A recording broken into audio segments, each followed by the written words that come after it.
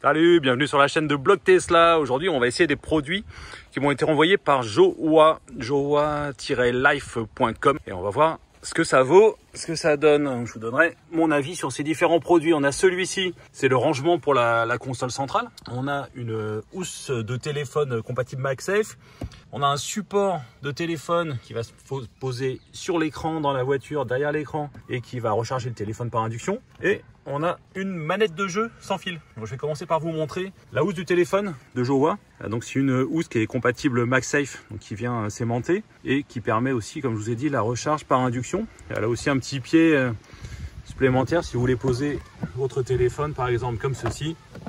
Voilà, c'est tout bête, mais c'est assez pratique. Et puis, je pense qu'elle protège plutôt bien le téléphone. Elle est assez rigide hein, quand même. C'est du plastique, c'est pas du silicone. C'est du plastique un peu dur. Et les boutons, toutes les finitions sont plutôt propres. Vous pouvez voir avec ce petit pied qui est en métal et qui est suffisamment épais pour venir protéger les objectifs. Et j'ai vu ce matin qu'ils ont déjà sorti la même pour l'iPhone 14. Donc ça, la housse, on l'a vu. On va aller installer les différents accessoires dans la voiture en commençant par le rangement de console centrale. Donc, au niveau de la console centrale, ça va venir ici. J'avais celui-ci qui est assez classique, qu'on trouve un peu partout, qui est en plastique floqué à l'intérieur. On va le remplacer par celui de Jowa. Vous allez voir que c'est assez propre. Je trouve qu'ils font des produits avec une belle finition, un rapport qualité-prix qui me semble pas mauvais.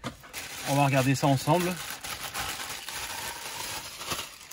Donc c'est en plastique, un plastique grainé qui paraît vraiment costaud. Et ce qui est sympa, c'est que par-dessus, on a un caoutchouc gris. Non seulement ça fera moins de bruit si on met des pièces ou des petites choses dedans, et en plus ça permet de le retirer facilement si on veut l'enlever pour le nettoyer. Et on a plusieurs compartiments, donc il se met dans ce sens-là.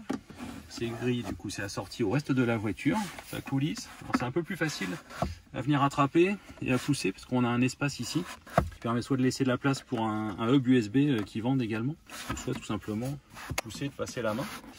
Donc ça marche bien et ce sera impeccable par exemple pour mettre ma télécommande de voiture. Ça ne gêne pas du tout la fermeture hein, parce qu'il est bien plus bas de toute façon. Et vous verrez, on essaiera tout à l'heure, mais la manette de jeu qu'ils vendent vient se loger aussi ici très facilement. Voilà. Pour ce petit accessoire, donc vous le trouvez sur le site de jowa-life.com. Et pour ça et pour les autres accessoires de Jowa que je vais vous présenter, vous avez le code de réduction qui sera affiché dans les messages et dans les commentaires en bas de la vidéo. C'est Blog Tesla FR qui vous donne une belle réduction chez Jowa. Et on continue les tests et on va tester la manette de jeu. Alors la manette de Jowa, donc ça c'est la version sans fil. Regardez ce qu'il y a dans la boîte, le packaging. Encore une fois, ils ont un packaging assez propre. Je pense qu'ils font pas mal attention au packaging, avec une description, un QR code pour le mode d'emploi et la manette en elle-même. Donc les deux joysticks sont protégés pour pas être abîmés pendant le transport. Et la manette, donc une manette en plastique avec un peu de bois ou imitation bois, sera cohérent avec les gens qui ont du bois au niveau du tableau de bord dans la voiture. Moi je l'ai passé en blanc, mais sur la plupart des Tesla c'est en bois.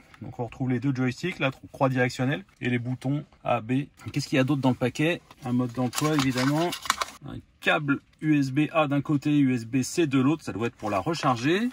Et on a un adaptateur USB, alors pareil avec les deux types de prises, soit USB-A directement, donc ça c'est le petit récepteur sans fil pour la manette. On peut le brancher soit directement sur l'USB de la boîte à gants ou sur un USB-C quand on a des USB-C dans la voiture. Donc ça c'est bon. Je vous disais tout à l'heure que la manette pouvait se loger à cet endroit.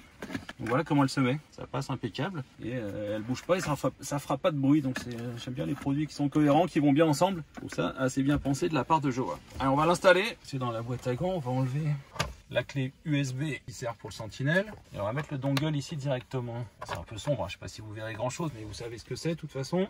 Donc pour l'association de la manette, le bouton du dongle pendant 3 secondes, 1, 2, 3. Donc il est censé se mettre à clignoter. Ouais, ça clignote en rouge, vous voyez un petit peu sur la vidéo. Après on choisit avec ce bouton tout au bout le mode dongle. On appuie dessus pendant 3 secondes également. 3, à vibrer. Et maintenant c'est allumé en bleu fixe, donc j'imagine que c'est bon, c'est connecté au dongle. Et on a différents modes sur cette manette parce qu'elle peut servir ailleurs que dans la voiture.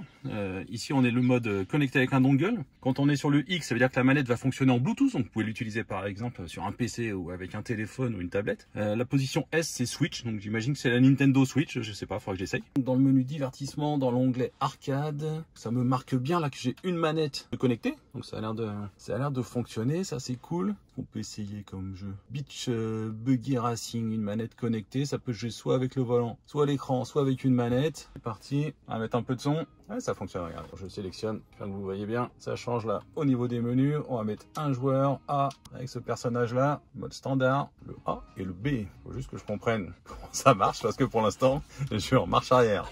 Ah, c'est ça l'accélérateur. Bonne nouvelle, j'ai trouvé l'accélérateur et avec celui-là, on tourne. C'est excellent. Je pense que mon fils qui est à côté, là, celui qui tient le téléphone, qui est en train de filmer, je le vois bien pendant qu'on est au superchargeur assis derrière et en train de se faire une petite partie de jeu de voiture ou de Sonic. Ça va être sympa. Ok, bon, c'est bon pour la manette. On va continuer. On va essayer le support de téléphone qui va venir se mettre en haut de l'écran. Alors, le support de téléphone MagSafe. Donc, impeccable pour mon iPhone.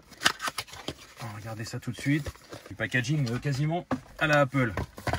Donc dans le paquet, il y a le support avec le chargeur à induction lui-même qui va venir se mettre derrière l'écran. On a un câble, donc si vous voulez l'utiliser en tant que chargeur, ça se branche ici et sur la prise USB-C qui est à l'arrière de la voiture. On a mode d'emploi pour le collage, ce qui est ici sur le côté, petits adaptateurs, donc des choses pour tenir les câbles, plus des adaptateurs USB si vous n'avez pas d'USB-C dans votre voiture. Et on a un double face en plus, si vous voulez l'enlever ou si vous avez loupé pendant l'installation. Donc c'est parti.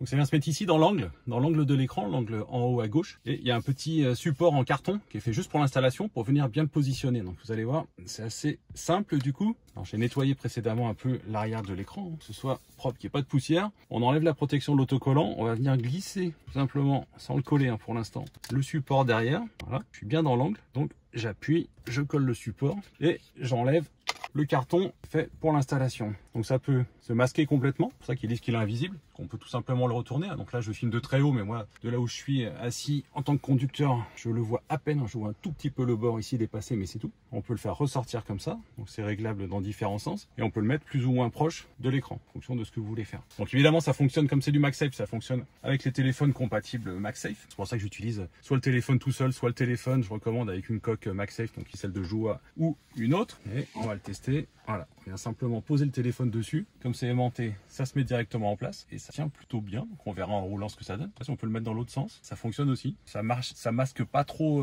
l'écran, un tout petit peu quand il est dans ce sens-là. On peut le décaler s'il y a besoin. Voilà. Donc, dans ce cas-là, ça masque plus du tout et on peut le tourner. Je testerai, je verrai ce que ça donne en roulant. Mais pour les personnes qui ont l'habitude d'utiliser Waze, Coyote ou autre et qui ont le téléphone qui est en bas là, c'est pas très pratique. Là au moins, on a un peu plus de visibilité, puis vous pouvez l'ajuster comme vous voulez. C'est pas mal, c'est pas mal. Donc ce qu'on va faire maintenant, c'est qu'on va brancher le câble pour venir alimenter cette fixation de téléphone. Donc le câble, il se branche à l'arrière. Donc le câble, il se branche ici, USB-C ou un USB-A si vous avez une Tesla plus ancienne, mais il y a l'adaptateur. Ça, je pourrais l'enlever après. Il a la bonne forme. On le passe ici sur le côté et on va venir le glisser sous l'habillage là, en cuir, tout le long de la console centrale. Voilà, vous voyez, on le passe en dessous ici. Vous voyez, il est là mon câble. Il est là et je le passe en dessous au fur et à mesure. On remonte tout au bout de la console centrale, tout en haut. Donc là, on a la zone de chargeur de téléphone habituel. Je l'ai passé en dessous, il remonte là. Et après, il faudra le fixer proprement derrière avec les petits supports que je vous ai montrés. Voilà, et après, il ne nous reste plus qu'à le brancher sur l'adaptateur en haut. Voilà, c'est fait. Après, vous avez des petits supports comme ça pour venir tenir le câble et pour qu'il se voit le moins possible. Tendre un peu. Alors, on le voit un petit peu, forcément, ça va pas le faire disparaître, mais c'est relativement discret. Et maintenant, on va essayer avec un téléphone. Donc, on le pose dessus, on attend quelques secondes et il est en charge. Ça, c'est cool, ça fonctionne. On va le tourner comme ça, vous pourrez mieux voir l'écran. Voilà, c'est en charge en haut. Si je l'enlève, c'est facile à enlever.